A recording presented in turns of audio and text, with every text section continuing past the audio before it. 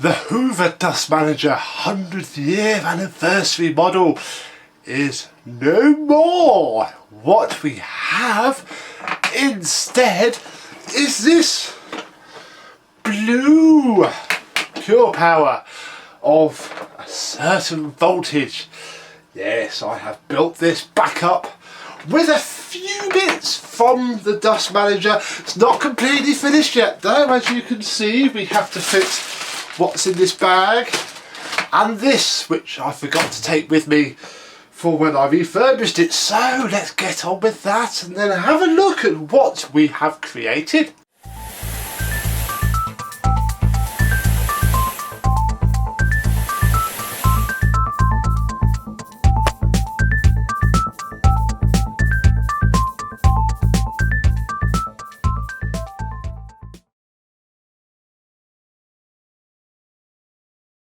Yes, hello my vacuum cleaner chums, how are you today? Lay that down before I drop it or anything annoying like that, and take my phone out of my pocket because it is very much in the way. And what have we got? Well, before we look at the machine, we have some things to fit, and one of the things that this needed, which a lot of them need, is in this packet here. It is a Hoover Purepower with lots and lots and lots and lots of models shown.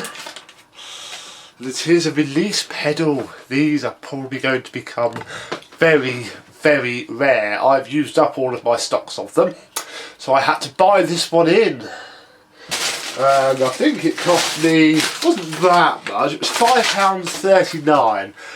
But unless these are still being made, they're going to become quite rare, and they're not exactly the most robust of things. But we have one that in the bag housing is some bags which we need to fit. That's for something else. And the spring which I put in this sandwich bag so it didn't disappear somewhere. So we need to pop off this, which is from the Dust Manager, because I'd pinched the one from this. I've broken this up for spares a bit before I realised that I needed to use it. So I needed to pinch a few things forward, which is why I had to buy the new release pedal, because we'd long used that from it. If I can show you the hood, look, didn't it polish up okay? It's not perfect, but it polished up very well. I lost the two arrows because they weren't that great. It's a little bit wet because it's raining outside and I brought it in, but it's there. The activator is fitted. Found a new metal clip, but we need to concentrate on this corner here. Ooh, if I just pin this round so you can see it, which will get a bit closer and fit the pedal. Now I'm really hoping that I don't stuff this up and need to buy yet another pedal, because what I found with these, I did break one that I had because I forgot to fit the spring, which is very, very important. Once these go in, it's these two tabs here that lock into place, and I haven't really found a decent way of removing it without breaking them. So these are a bit of a one-shot only thing. See, that is now fitted. Oh, and it holds it. Ta-da! Even with a brand new one, you still got to really push down hard on it to get it to clip in. They are such a terrible, terrible design. There's a bit of fluff lodged in there. God, all the things I've done to this. And look, there's still a bit of flipping fluff. It was terrible. This whole machine was disgusting. Basically, all of this is that blue Purepower that you saw. And what's missing from here is this seal, which seals the hood to the suction. This bit's the suction channel. This bit here is just to cover everything there. We need to seal this here, and it's quite simple really. You just push it on. I just didn't have it on me. I completely forgot to take it with me.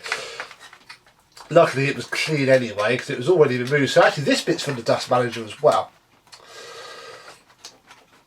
And all it does is just push on here. Make sure it all pushes home quite nicely. There we are.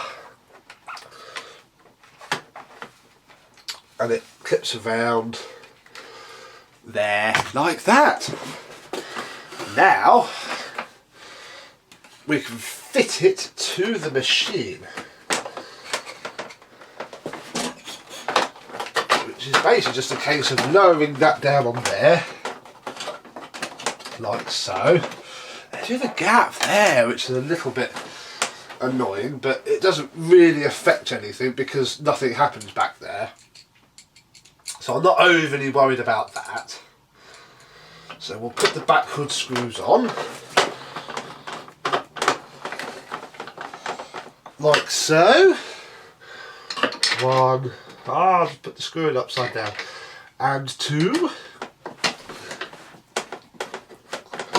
There we are.